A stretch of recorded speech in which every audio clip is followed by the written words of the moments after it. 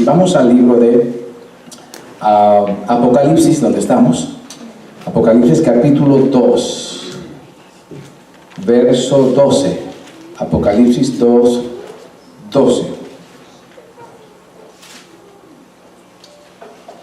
Donde estaremos tratando hoy. Santo Señor. Hoy tenemos Santa Cena, le hago el anuncio para que no se pongan muy cómodos y rápido luego del sermón. Tenemos Santa Cena. Así que trataré de ser corto, pero cuando digo así usted sabe que quiere decir que no puede que no sea muy corto. Así que no lo quiero decir. Estamos entonces en Apocalipsis, capítulo 2, verso 12 en adelante.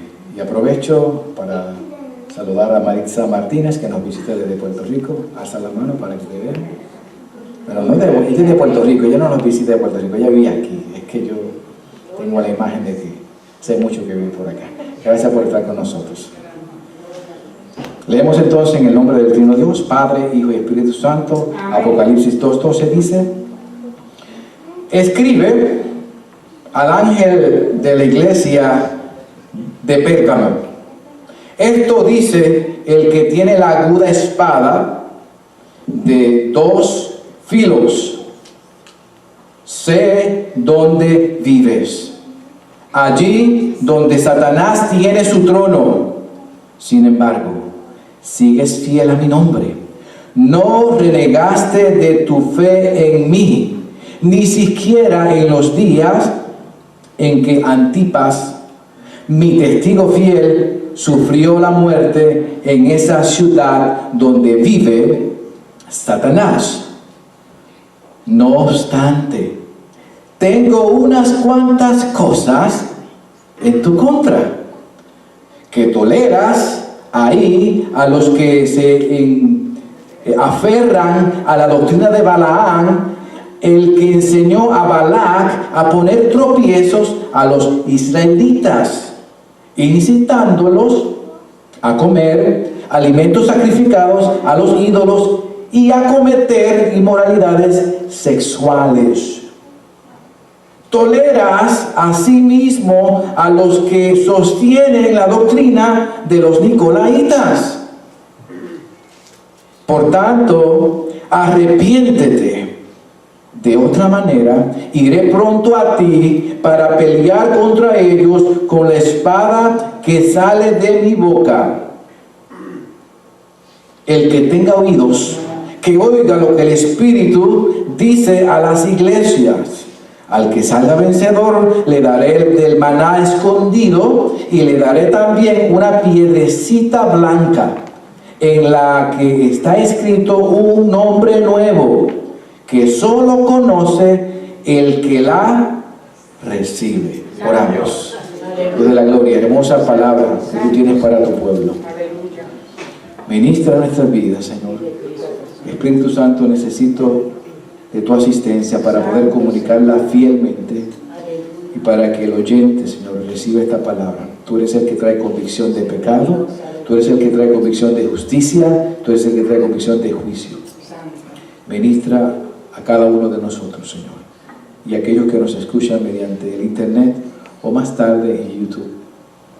Usa este mensaje para gloria y honra gloria y honra de tu nombre, en el nombre de Jesús. Amén y amén.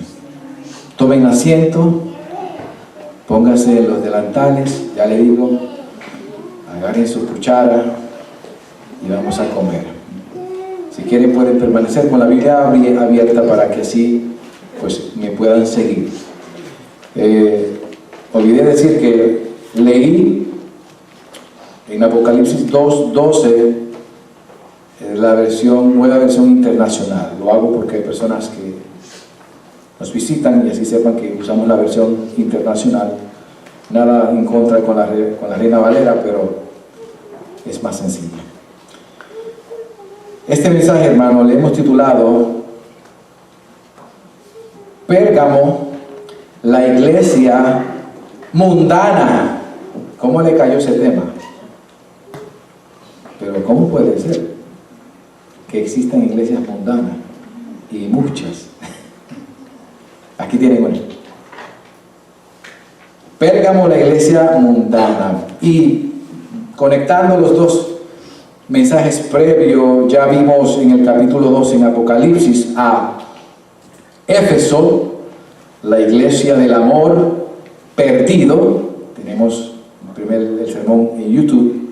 Luego el domingo siguiente, que fue el domingo anterior a este, vimos a Esmirna, la iglesia sufriente, la que Cristo la consideró como espiritualmente rica. Era sufriente, era pobrecita, pero para Dios era rica, porque fue fiel a Él. Y hoy queremos tratar y ver a Pérgamo, la iglesia mundana. Y la mundanalidad es la preocupación de poner algo del mundo antes que lo espiritual o antes que lo eterno. Ahora, la iglesia de Pérgamo estaba ya comprometiéndose con asuntos del mundo. Pero eso lo vamos a ver más adelante. Ahora, quiero ver primeramente la misma secuencia que lleva la Biblia y que hemos llevado en los mensajes previos. Primero, algo sobre la iglesia de Pérgamo o la iglesia en Pérgamo. Y de esta iglesia no se registra en la Biblia su fundación. Basado en Hechos 19:10, podemos tener una idea de cómo quizás pudo surgir o originarse esta iglesia, pero no hay certeza de cómo, en la Biblia, de cómo pasó esto. Pero Hechos 19:10 afirma que todos los judíos y los griegos que vivían en la provincia de Asia llegaron a escuchar la palabra del Señor. Por tanto, lo más probable es que la iglesia de Pérgamo fuera fundada durante el ministerio de Pablo en Asia o en Éfeso, y ahí cuando el evangelio se extendió a toda Asia, puede ser que de ahí fue entonces que surgió esta iglesia de Pérgamo. Ahora, veamos algo sobre la ciudad de Pérgamo. Algo de la ciudad de Pérgamo. Tenemos que ver el contexto para entender mejor el mensaje que Cristo le da a esta iglesia. Y la ciudad de Pérgamo, pues la palabra Pérgamo significa literalmente ciudadela. Ciudadela, y es la misma palabra que da origen a pergamino. Pérgamo, pergamino, que es un material de escritura desarrollado a partir de pieles de animal, y su producción parece haber comenzado en esta área, y es lo que parece que ahí tuvo su origen. Por eso es que luego se le llamó pergamino, porque surgió en Pérgamo. Pérgamo es hoy día la ciudad de Bergama. Todavía existe y se conoce como Bergama. Y esta ciudad fue edificada sobre una colina en medio de una planicie que era bien fértil, o es bien fértil. Y había servido como la capital de la provincia romana de Asia Menor durante 250 años. Pérgamo fue un centro religioso, y esto es muy importante que lo entiendan. Pérgamo fue un centro religioso muy importante para los cultos paganos de diferentes dioses, como de Atenas, como Asclepio, Dionisio, que se conocía como el dios Baco, el dios de la embriaguez. Había mucho borracho. Y Zeus, el que sale mucho en las películas, el dios Zeus. Pérgamo fue la primera ciudad en toda Asia que levantó un templo en honor del César. y se convirtió en la capital del culto idólatra al César o al emperador.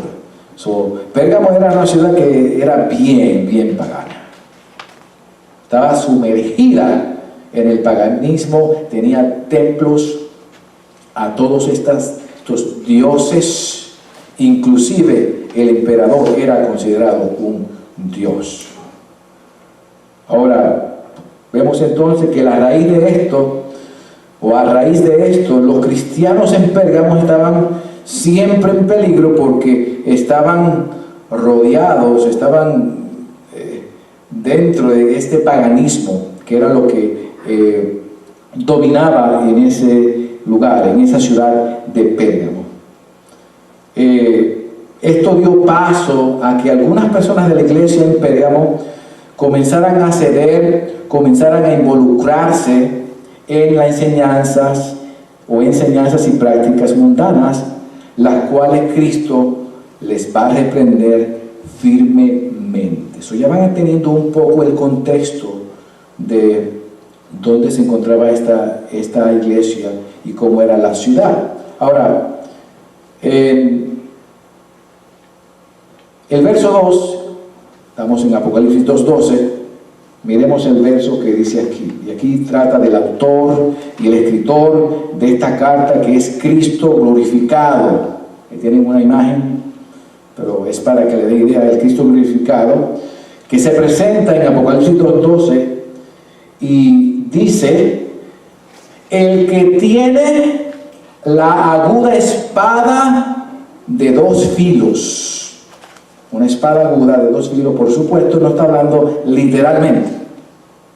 Es un lenguaje metafórico, y esta metáfora de espada de dos filos la vemos también en Apocalipsis 1:6. Si lo anotan y lo ven, se lo voy a leer, que dice, Apocalipsis 1:6: de su boca salía una aguda espada de dos filos. Y esta frase es una referencia, la frase de espada de dos filos es una referencia a la palabra de Dios, como lo vemos así también en Hebreos 4:12, un texto muy conocido que dice y afirma que la palabra de Dios es viva y poderosa y más cortante que cualquier espada de dos filos. Escuche esto: más cortante que toda espada de dos filos. En ese tiempo preferían, los romanos sobre todo, tenían espadas más avanzadas, si le quieren ver. Otros tenían espadas de un filo. Usted sabe que un cuchillo de un filo pues corta por un lado solamente, pero uno de dos, cuando entra, corta arriba y abajo. Pues la metáfora que se usa aquí dice que la palabra de Dios, lo que estamos predicando, no mis pensamientos y mis ideas, la palabra de Dios es más cortante que una espada de dos filos. Ese es el énfasis, ese es el poder de la palabra de Dios. Dice que esa palabra de Dios, o espada de dos filos, penetra hasta lo más profundo del alma y del espíritu, hasta la médula de los huesos, y juzga. Juzgar es discierne. Tú te puedes esconder todo lo que te dé la gana, pero cuando esa palabra entra, ya quedaste destruido. Pablo, el apóstol, era muy conocedor de la ley, era el número 1 y era tremendo, pero cuando Dios se le reveló y la palabra cortó en su vida, Pablo cayó. Esa fortaleza que supuestamente tenía, ese entendimiento, cayó postrado ante Dios. La palabra tiene el poder de juzgar, de discernir los pensamientos, dice Hebreos 4:12, y las intenciones del corazón. Entonces aquí, los dos filos de espada lo que muestra es el poder penetrante de la palabra de Dios, y en este caso el poder penetrante y que iba a juzgar lo más recóndito de los pensamientos y de las intenciones del corazón de las personas que estaban en Pérgamo. Fíjese que Cristo comienza esta carta distinta a la carta de Éfeso y distinta a la carta de Esmirna. que comenzó con ánimo. Esta carta, Cristo comenzó fuerte. Comenzó diciéndole que el que habla es el que tiene la espada de dos filos. Ya le presentó, mira, yo soy el que voy a cortar aquí. Voy a confrontar, voy a juzgarte, voy a discernir lo que está pasando en esa iglesia de Pérgamo. Ahora, Cristo, que es la palabra viviente, aquí advierte que va a juzgar a la iglesia de Esmirna por unas cuantas cosas que tiene en contra de la iglesia de Pérgamo, o en Pérgamo, debo decir. Pero antes de esto, de Jesús señalarle y reprenderlo, va a pasar a darle un elogio. Fíjense la metodología de nuestro Señor Jesucristo. Él nunca empieza dando palos, Él empieza siempre con amor. Te da la parte positiva y luego te da el palo. Luego te señala, luego te reprende. Pero ahora Jesús va a pasar en el verso 13, si siguen conmigo, Apocalipsis 2:13, vemos al Cristo glorificado, que da un elogio a la iglesia de Pérgamo y dice lo siguiente: sé dónde vives. Y aquí no está hablando de localidad, por supuesto, viven en Pérgamo. Está hablando de algo más. Está hablando de la situación en la cual ellos vivían, lo que confrontaban en esa ciudad. Cristo le dice: sé dónde vives, allí donde Satanás tiene su trono. Sin embargo, ahora empieza a elogiarlo, a pesar que vives en el trono de Satanás, donde está el trono de Satanás, sin embargo, sigues fiel a mi nombre. Continúa: no renegaste de tu fe en mí. Y tercero, ni siquiera en los días en que Antipas, mi testigo fiel, sufrió la muerte en esa ciudad donde vive o donde mora Satanás.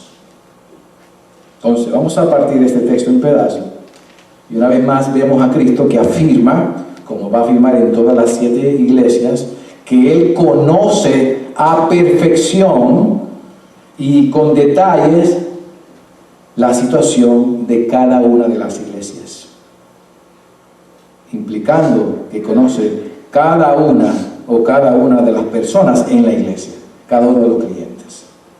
Ahora, les dice: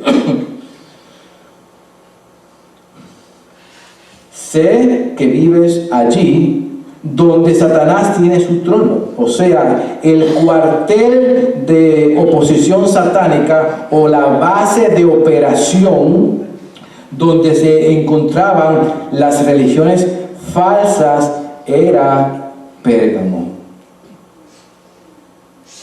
Allí mismo se encontraba esta congregación de creyentes. Y Cristo les elogia porque a pesar de convivir en un mundo o en el centro de operaciones donde regían las religiones paganas o falsas satánicas, esta iglesia permanecía en pies. Y por eso Cristo afirma: sin embargo, a pesar de, sigues fiel a mi nombre y no renegaste de tu fe en mí. Por tanto, esa fidelidad, esa fe de la iglesia en Pérgamo, Jesucristo la elogia, porque es elogiable ser fiel y permanecer en la fe a pesar del lugar donde usted se encuentra, aunque Satanás mismo esté ahí. La fidelidad, recuerden que es el aspecto que Dios sigue señalando y elogiando desde la iglesia de Esmirna y esta iglesia. Ahora, aquí cabe hacerse una pregunta, y es que ¿qué cosas particularmente se podría identificar con la expresión que se usa aquí, con el trono de Satanás en Pérgamo? ¿Qué cosas en particular Quiere decir eso que Satanás literalmente tenía un trono allí, y ahí es donde está Satanás, porque ya tenemos entonces localidad. Vamos allá, ¿quieren ver a Satanás? Hacer un tour, vamos allá a Pérgamo, allí está sentado. No.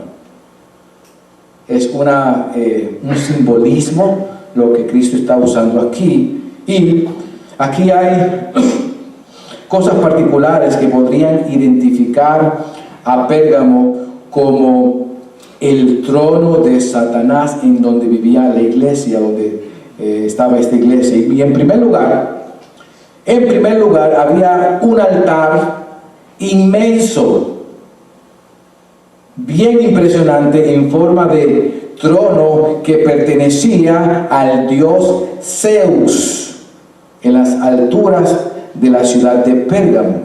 Pérgamo quedaba en una altura, en un lugar alto. Y tenían entonces un trono que pertenecía a Zeus. En segundo lugar, se adoraba también al dios Esculapio, que era el dios griego de la medicina, y su representación era una serpiente. Entonces, aquellos que buscaban sanidad, lo que hacían era que iban al templo, se acostaban en el piso del templo, que había miles de culebras, y cuando la culebra le tocara, pues la persona supuestamente recibiría sanidad.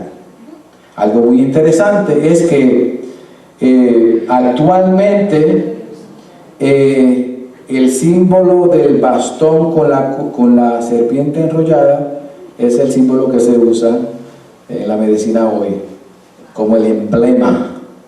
Ese es Esculapio, por si no lo sabía. Entonces, en la actualidad, el bastón con la serpiente enrollada es el emblema de la profesión médica que conocemos hoy aquí en Estados Unidos.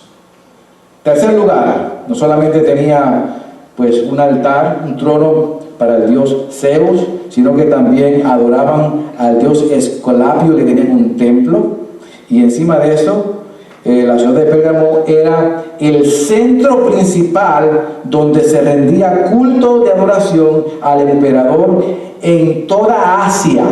Eran los número uno, dando pues adoración al emperador.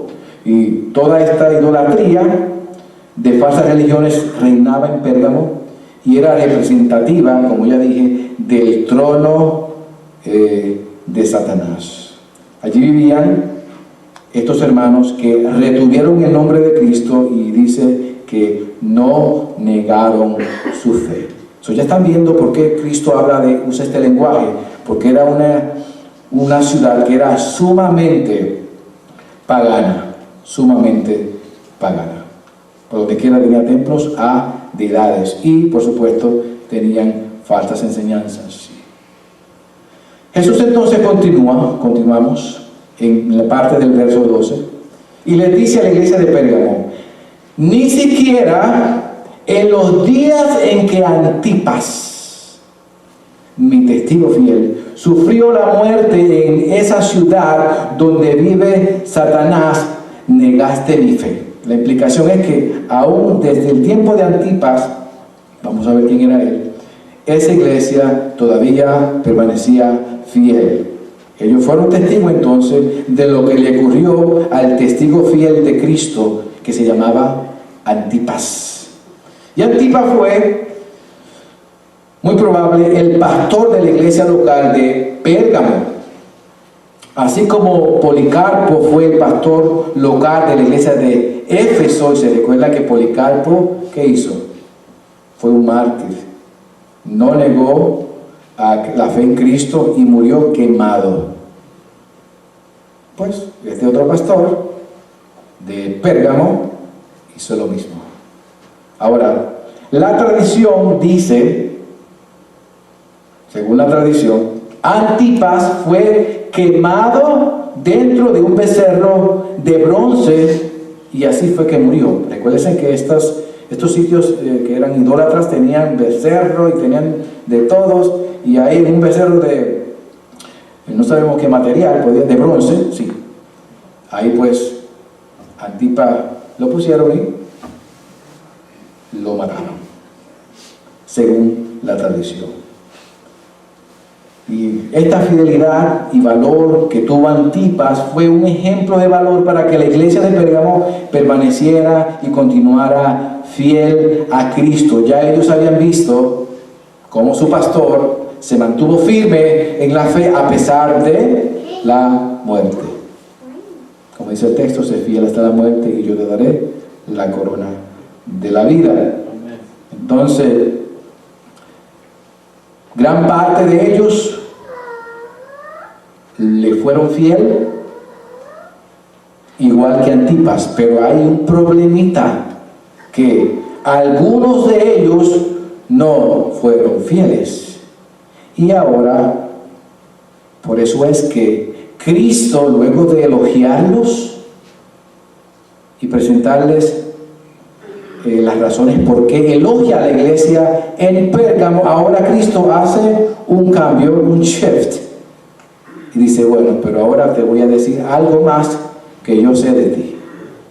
Y en el verso 14, estamos en 2:14 de Apocalipsis, Cristo reprocha a la iglesia de Pérgamo y amarres en los cinturones. Porque aquí que viene entonces la reprensión para esa iglesia, para nuestras iglesias y quizá para usted y para mí. Jesús, o Cristo Jesús, el Cristo glorificado, dice en el verso 14, no obstante, tengo unas cositas, unas cuantas cositas, le pongo yo. Ahí tengo unos detallitos que yo te quiero hacer saber. Tengo unas cuantas cosas en tu contra. Wow, tener a Dios en contra, hermano, es un lío. Es mejor tenerlo de amigo. En tu contra, y comienza a señalarle y le dice, ¿qué toleras? Ajá, palabra clave, tolerar. Hay momentos de tolerar y hay momentos de ser intolerante. Ellos tenían que ser intolerantes a el pecado. ¿Qué toleras? Ahí a los que se aferran a la doctrina de Balaam, el que enseñó a Balac a poner tropiezos a los israelitas, incitándoles a comer alimentos sacrificados a los ídolos, y no basta con eso, cometer inmoralidades sexuales. Verso 15, toleras asimismo a los que sostienen la doctrina de los nicolaitas. Pues no basta con tolerar a los de Balaam, sino que también tolera a los nicolaitas. Había dos grupos que ellos apoyaban. Y aquí tenemos una aparente contradicción o una paradoja. ¿Cómo puede ser que una iglesia pueda ser fiel a Cristo en un sentido y ser infiel a Cristo en otro sentido? Aquí es cuando el mundo se cuela en la iglesia. Esta iglesia, hermano, estuviera llena si yo predicara el evangelio de tolerancia. Llena. Y con la gente que yo conozco y las conexiones, olvídese, tendríamos que buscar otra iglesia, otro templo, una iglesia templo. Pero, como es la palabra cortante que discierne, allá yo no voy porque yo quiero un saltito para el Señor, el aceite ungido, y ya usted sabe, todos esos asuntos que distraen y entretienen en vez de confrontarnos. Pero volviendo acá, aquí tenemos una paradoja. Aunque la iglesia en Pérgamo seguía fiel a Cristo y a la verdad de Cristo, algo andaba muy mal, y era que algunas personas en la iglesia retenían la falsa enseñanza o doctrina de Balaam y también la de los nicolaitas. En la iglesia de Pérgamo, los creyentes fieles estaban tolerando el error de algunos creyentes que sostenían falsas doctrinas y prácticas, y en vez de confrontarlos, y aquí está el problema, porque Dios es mucho amor. Ese es el evangelio que yo le digo a ustedes, el evangelio de Walter Mercado. Mucho amor. Evangelio de Walter Mercado. Todo es amor. No que me lo ofende, no que cuidado. Todo tolerancia. En vez de confrontarnos, toleraban sin tomar medidas disciplinarias como Jesús ya había enseñado en, apunte la cita, Mateo 18:15. Mateo 18:15 al 18. Jesús habla claramente ahí, no lo voy a leer por cuestión del tiempo, tengo mucho que decir. Pero ahí ustedes saben que Jesús da una guía de cómo disciplinar al creyente que peca. Y Jesús establece, si uno peca, si tu hermano peca, llámalo, habla con él a solas. Strike número 1, lanzamiento número 1. ¿Te hace caso? Se arregla todo. ¿No te hace caso? Strike número 2, llámalo otra vez con testigos. Si te hace caso, se ha resuelto. No te hace caso y continúa en su pecado, entonces pues dice que llames entonces a la iglesia. Tú vas a contarle a la iglesia, a la comunidad de hermanos que le ama y quiere que deje de pecar, que deje esa conducta, y la iglesia no va para un bate para arrematarlo, no, la iglesia va con amor. Pero ¿qué pasa, hermano o hermana? Mire, ya te habló el pastor solo, ya te hablaron los diáconos o los líderes o los ancianos. Como iglesia estamos preocupados por ti. Arrepiéntete, eso no está bien. ¿Ve? No es para caer en un vato, es para consolarlo, para animarlo a que deje el pecado. Si le hace caso, pues perfecto, te lo ha ganado. Pero si no hace caso, ¿qué dice la Biblia? Trátalo como un incrédulo. ¿Por qué lo vas a tratar como incrédulo? Porque después del strike 1, lanzamiento 1, lanzamiento 2 y lanzamiento 3, ha demostrado que es un rebelde. Ha demostrado una conducta de un incrédulo. Por lo tanto, si actúa como incrédulo, es un incrédulo. Es como dice el dicho americano: si ladra como un perro, es un perro, hermano, no un gato. Así pasa con muchos. Entonces, hay un asunto que no me quiero quedar, porque aquí en esto me puedo quedar una hora completa. Pero el asunto es que a veces nosotros ponemos a las personas en pedestales, a un pastor, a un líder, a personas que tienen años, y piensan que porque llevan años en el evangelio no se le puede disciplinar y no se le debe, no se puede discernir si son creyentes o no. Si no dan fruto de arrepentimiento, aunque lleven 20 años, una Biblia más grande que esta, no son cristianos, no lo han sido, están perdiendo el tiempo en la iglesia. Y Jesús establece el orden y la disciplina que debían de estos creyentes en esta iglesia tomar con estos cristianos, paréntesis, que se habían torcido y se habían mundanalizado. Y el punto es que lo estaban infiltrando en la iglesia y ellos estaban con los brazos cruzados. Vamos a dejarlo, el amor de Dios, el amor de Cristo, eso no es nada. No es nada. Pues mira cómo Jesús le molesta bastante. No toleres, dice Jesús, le dice Cristo a la iglesia. Por eso es lo que tengo en contra de ti. Entonces, Cristo señala aquí 2 herejías que eran el problema, el meollo del asunto. La primera herejía se relaciona con Balaam, que es un personaje del Antiguo Testamento, y si empiezo a hablar de él, me salgo del tema. Pero los que han leído Números 22 al 25 saben quién era este personaje. Balaam, simplemente diré que él era profeta. Balaam había intentado maldecir a Israel por dinero que le había ofrecido Balac, que era el rey de Moab. Él quería que maldiciera al pueblo de Israel. Entonces llamó a Balaam para que lo hiciera. Y Balaam, trató de maldecir al pueblo de Israel, pero no le resultó. Pero él hizo un plan macabro y de un plan malvado para que las mujeres moabitas, la debilidad del hombre, la mujer. Entonces las mujeres moabitas sedujeran a los hombres israelitas y así ellos se unieran con estas mujeres paganas.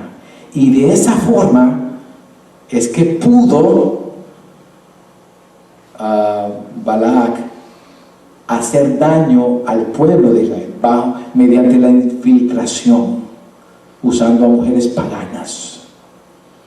Y el resultado fue que Israel cayó en fornicación y participó de comidas idólatras a los ídolos, cosa que estaba totalmente prohibido por Dios.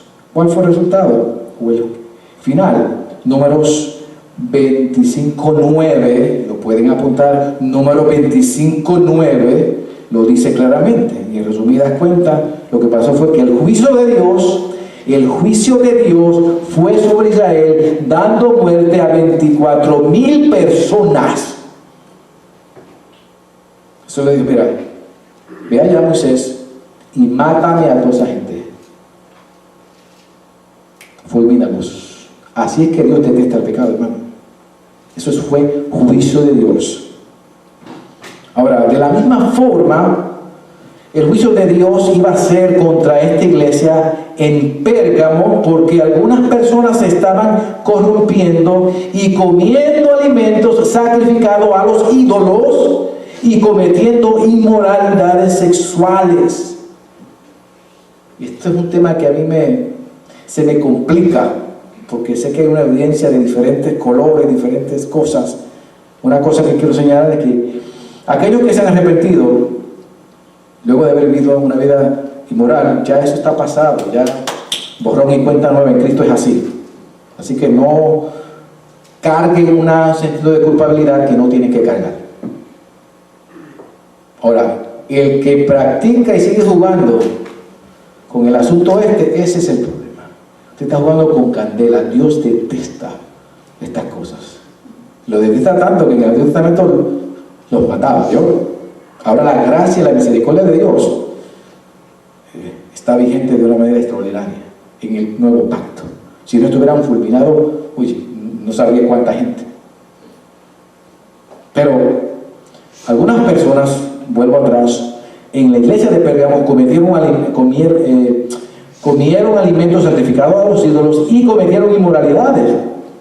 Participaron del mundo, pero también se congregaron para adorar a Jesucristo.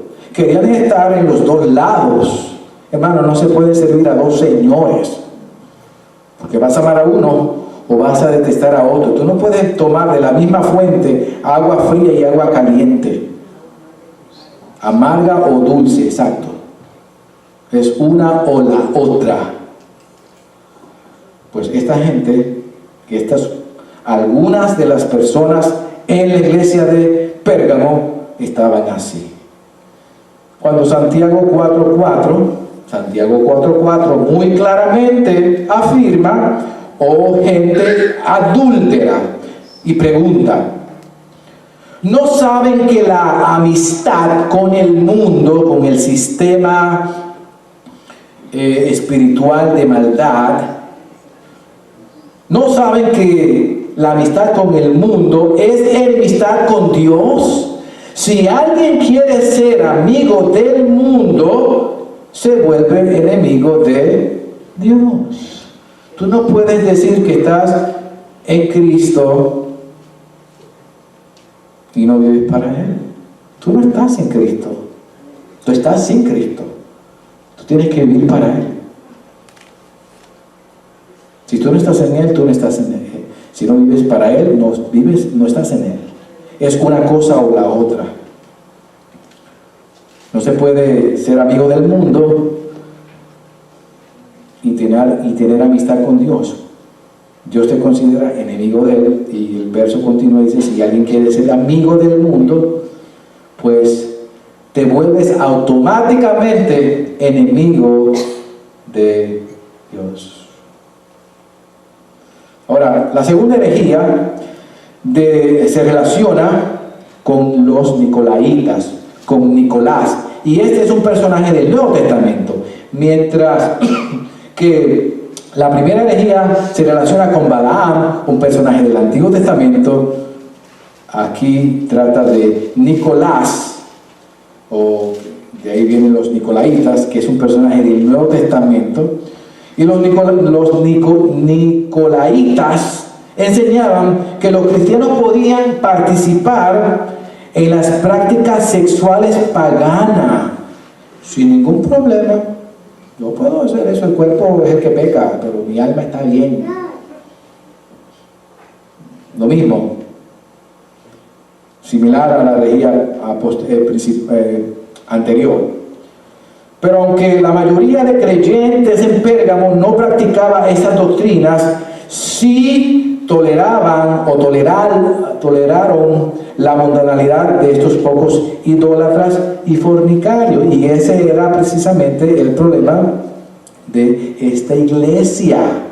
No era que no fueran fieles a Dios en un aspecto, era que fueron infieles a Dios en otro aspecto.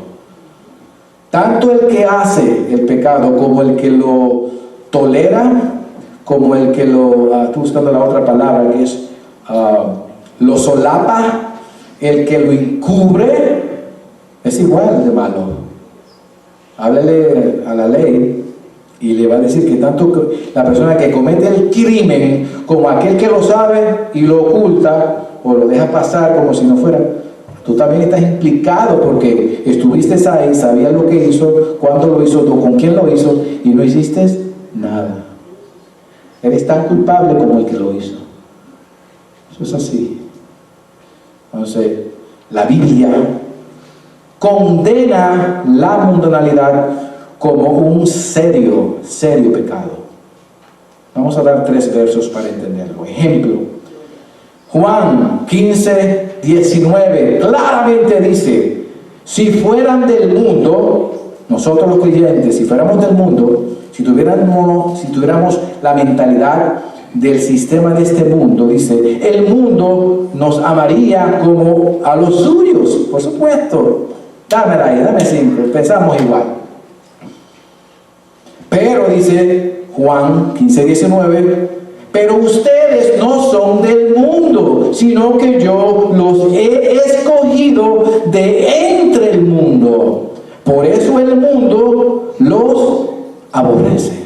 Hermano, es garantizado. Usted es creyente, el mundo te va a aborrecer. El mundo, queremos decir con esto, el sistema invisible de maldad. Los que no sirven a Dios te va a aborrecer. No tienes que ser ni feo, ni lindo, ni gordo, ni flaco, ni nada. Simplemente eres cristiano. En el momento que esa persona sepa que eres creyente, se levantan las barreras. Y aún sin saberla, si son personas que están bastante poseídas por el diablo, lo detectan inmediatamente. Romanos 12, 2 claramente dice, no se amolden al mundo actual, al sistema invisible de maldad. No se amolden, sino sean transformados mediante la renovación de su mente. Y primera de Juan 2, 15 al 17 lo dice aún más claro, clarísimo. No amen al mundo ni nada de lo que hay en él. No. Si alguien ama al mundo, no tiene el amor del Padre, no es creyente. No me digas que tú puedes estar allá, sí, pero esto está suavizando la cosa. No. Dios es blanco o negro, Dios es un Dios de absolutos. O estás en Él o no estás en Él. Dios te quiere todo. Todo. Dios es un Dios de absolutos. Quiere que le ames con todo tu corazón, con toda tu mente, con todo tu ser. Eso de amor a medias, eso no va con Dios. No se amolden al mundo actual, sino sean transformados mediante la renovación. Bueno, eso no era el texto, era 1 de Juan 2:15. No amen al mundo ni nada de lo que hay en él. Si alguien ama al mundo, no tiene el amor del Padre, porque nada de lo que hay en el mundo, va a dar la lista: los malos deseos del cuerpo, la codicia de los ojos y la arrogancia de la vida, nada de esto proviene del Padre, dice Juan, sino proviene ¿de dónde? Del mundo, del sistema espiritual de maldad. Ahora Cristo entonces va a pasar, y aquí me puedo quedar toda una hora, pero va a pasar y les da un mandato. Pasa del elogio a la reprensión y ahora le va a dar un mandato, le va a dar la cura, le va a dar el remedio. Esta es tu situación, ya sé lo que está pasando, te confronto. ¿Quieres un remedio? Aquí está. Jesucristo te da todo. Y dice el verso 16, el mandato de Cristo a la iglesia en Pérgamo, 2:16 de Apocalipsis, dice: por lo tanto, ya que te di el elogio y ahora te acabo de decir de lo que careces, de lo que estás haciendo mal, por lo tanto, ¿cuál es la solución a la conducta pecaminosa, hermano? ¿Cuál es la solución siempre? Arrepiéntete. Esa es la solución siempre. No es tratar de buscarle una forma, o como dice, buscarle 5 patas al gato. No, el gato tiene 4 y la otra es un rabo, no una pata. No confunda el rabo con una pata. Tiene 4. Entonces Jesús le dice claramente: por tanto, arrepiéntete, de otra manera iré pronto a ti para pelear contra ellos con la espada que sale de mi boca. Y después dicen que uno es fuerte. Lo repito siempre: más firme que Cristo, nadie. Los apóstoles fueron igualmente firmes. La gente confunde la amabilidad, la bondad con debilidad. Para nada, Cristo nunca fue débil, nunca. El apóstol Pablo nunca, ninguno de los apóstoles, ni ningún creyente debe considerarse débil. Podemos ser humildes, mansos, pero no somos mensos. ¿Saben el dicho? Manso sí, pero menso nada. La gente se confunde mucho con eso. Remedio entonces para toda conducta pecaminosa es el arrepentirse. Cristo le está dando aquí el mandato a la iglesia en Pérgamo a que se arrepientan. Arrepentirse es un cambio de mente, un cambio de pensar. Tú dejas tu pensamiento y pones el pensamiento de Dios en ti. Al tú arrepentirte, tener un cambio de mente, va a venir un cambio de sentimiento y un cambio de acciones. Todo empieza en tu mente. Cambiar de pensar y quitar tu manera de pensar y poner la manera de pensar de Dios, y solamente eso se hace mediante la palabra de Dios. Amén. Entonces, tanto a los pocos que estaban en idolatría y fornicación, como a la mayoría de hermanos en esta iglesia que estaban tolerando la conducta pecaminosa en la iglesia, si no se arrepentían, Cristo dice que pelearía contra ellos con la espada que sale de su boca. En otras palabras, toda la iglesia iba a enfrentar el juicio de Cristo a causa de algunos. Y esto yo lo he dicho aquí muchas veces, hermano. Una iglesia no puede prosperar cuando hay algunos acanes en medio del campamento.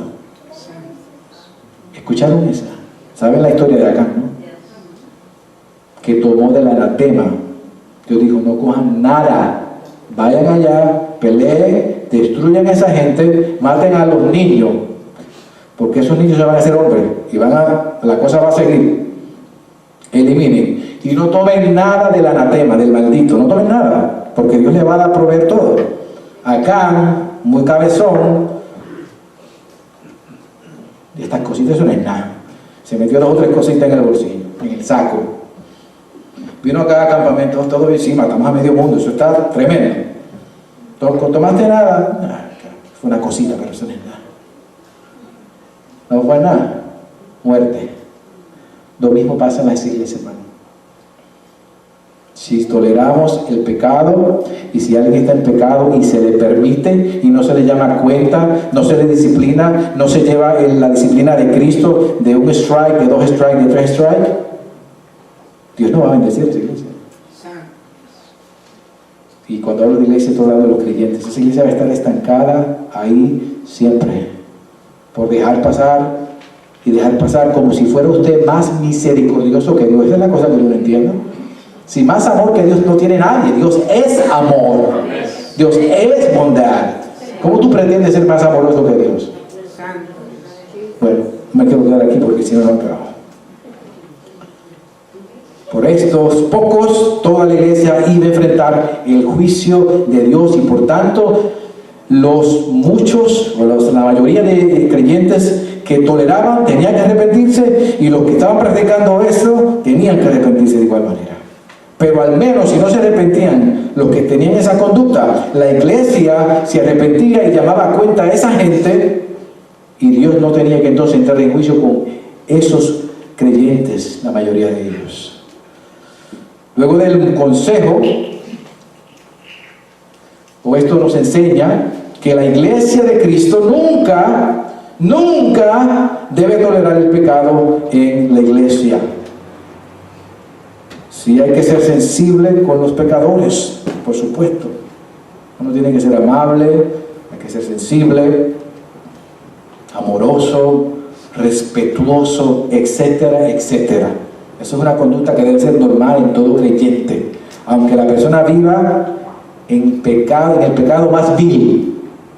Eso no tiene que cambiar nuestra manera de acercarnos a ellas. Sin embargo, esto no impide que seamos firmes y le llamamos pecado a lo que es pecado, lo que está mal, y lo que está bien, llamarlo por su nombre. Hay que ser firme y confrontar el pecado con la verdad.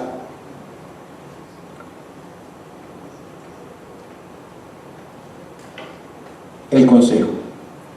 Cristo elogia, Cristo reprende a esta iglesia, Cristo ahora le da un mandato que se arrepiente, le da el remedio, y ahora Cristo va a dar un consejo. Y el consejo de Cristo a la iglesia de Pérgamo lo vemos en el verso 17. Apocalipsis 2:17. Cristo le dice a la iglesia de Pérgamo: el que tenga oídos, que oiga lo que el Espíritu dice a las iglesias. Te estoy hablando, ¿oíste? Pon atención, escúchame y haz lo que te dije. Lo que el Espíritu dice a las iglesias: al que salga vencedor le daré del maná escondido. Y aquí saben ustedes ya que hemos hablado que cuando habla de vencedor siempre se refiere a creyentes.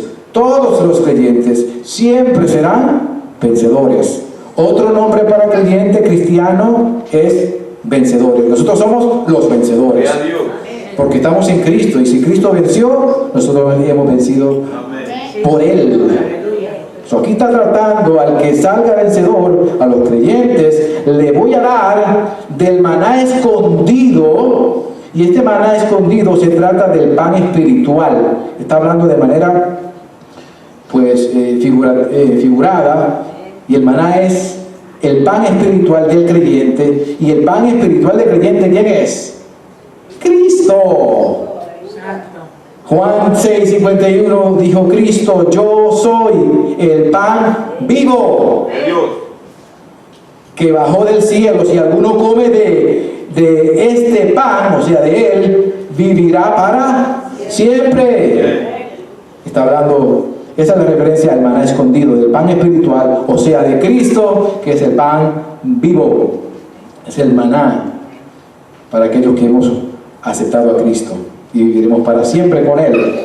Entonces, el que salga vencedor, le daré del maná escondido a Cristo y le daré también una piedrecita, una piedrecita blanca. Eso es otro, esto tiene que ver con la cultura de ese entonces. Y esta piedrecita blanca se le daba a los atletas que ganaban en los juegos griegos para tener entrada a la celebración en honor de los vencedores. Esto es que tendremos acceso a la vida eterna en el cielo. Es como un pase. Esa piedrecita es como un símbolo de que, mira, este es el ticket, puedes pasar ahora a morar conmigo en el cielo.